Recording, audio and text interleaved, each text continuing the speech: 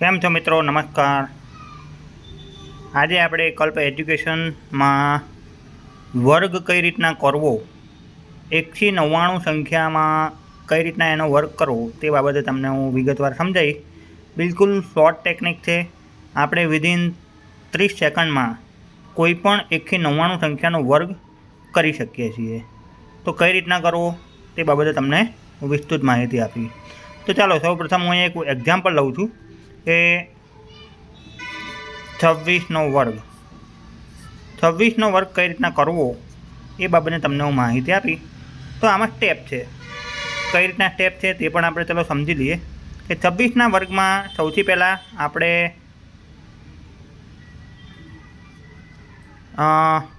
પહેલાં સ્ટેપ 1માં એક જોઈ લઈએ. સ્ટેપ 1માં જોઈએ કે 6નો વર્ગ.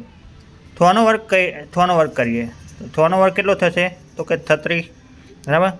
36નો છગડો એ આપણે એના જવાબમાં લખવાનો છે. 36નો છગડો વિધિ પડી 3. આ વધી છે. બરાબર. હવે સ્ટેપ 2. સ્ટેપ 2માં આ ટોટલી સંખ્યાનો ગુણાકાર 2 × 6 × ઉપરવાળો 2.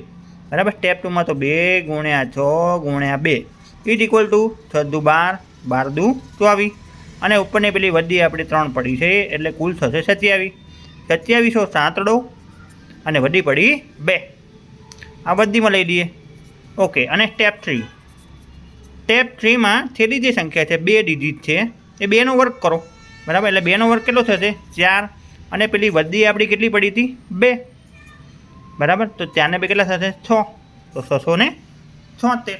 તો આ રીતના આપણે કોઈ પણ સંખ્યાનો વર્ગ ઓનલી ફોર 3 સ્ટેપમાં અને 30 સેકન્ડમાં જ આપણે કરી શકીએ છીએ. ચલો આપણે કોઈક ભારે સંખ્યા પણ હું તમને કરીને બતાવું છું. સપોઝ આપણે કોઈક ભારે સંખ્યા લખીએ છીએ 79 આખાનો વર્ગ. આનું કઈ રીતના કરવું?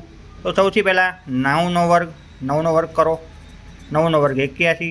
81 છો એકડો. બરાબર. જવાબમાં 1 મૂકો અને આ વધી કરો. બરાબર. હવે આ 3નો ગુણાકાર તો કે 7 × 9 × 2. તો કે 9 દુ 18 અને 18 થતા, અથવા તો 7 9 63. 63 × 2. 63 × 2 કરશો તો પણ 7 દુ 12, 126. બરાબર. હવે 126 + 8. 126 + 8 કરો તો 8 ને 6 14, 4 વિધિ પડી 1, 3, 134. 134 ચોગડો વિધિ પડી 13. બરાબર. હવે ત્રીજું સ્ટેપ 7નો વર્ગ કરો 49 અને વત્તા 13 ઇઝ ઇક્વલ ટુ 9 ને 3 12 2 વિધિ પડી 1, 4 ને 1 5 ને 1 6 62. તો તમે જોઈ શકો છો કે 79નો વર્ગ 6241 થાય છે. આ રીતના તમે કોઈ પણ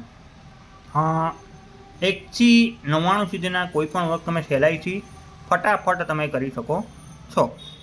અસ્તુ. નમસ્કાર. આ રીતના તમે કોઈ પણ બીજા પણ તમે તમારી જાતે પણ તમે સોર્ટ આઉટ કરી શકો છો. Thank you.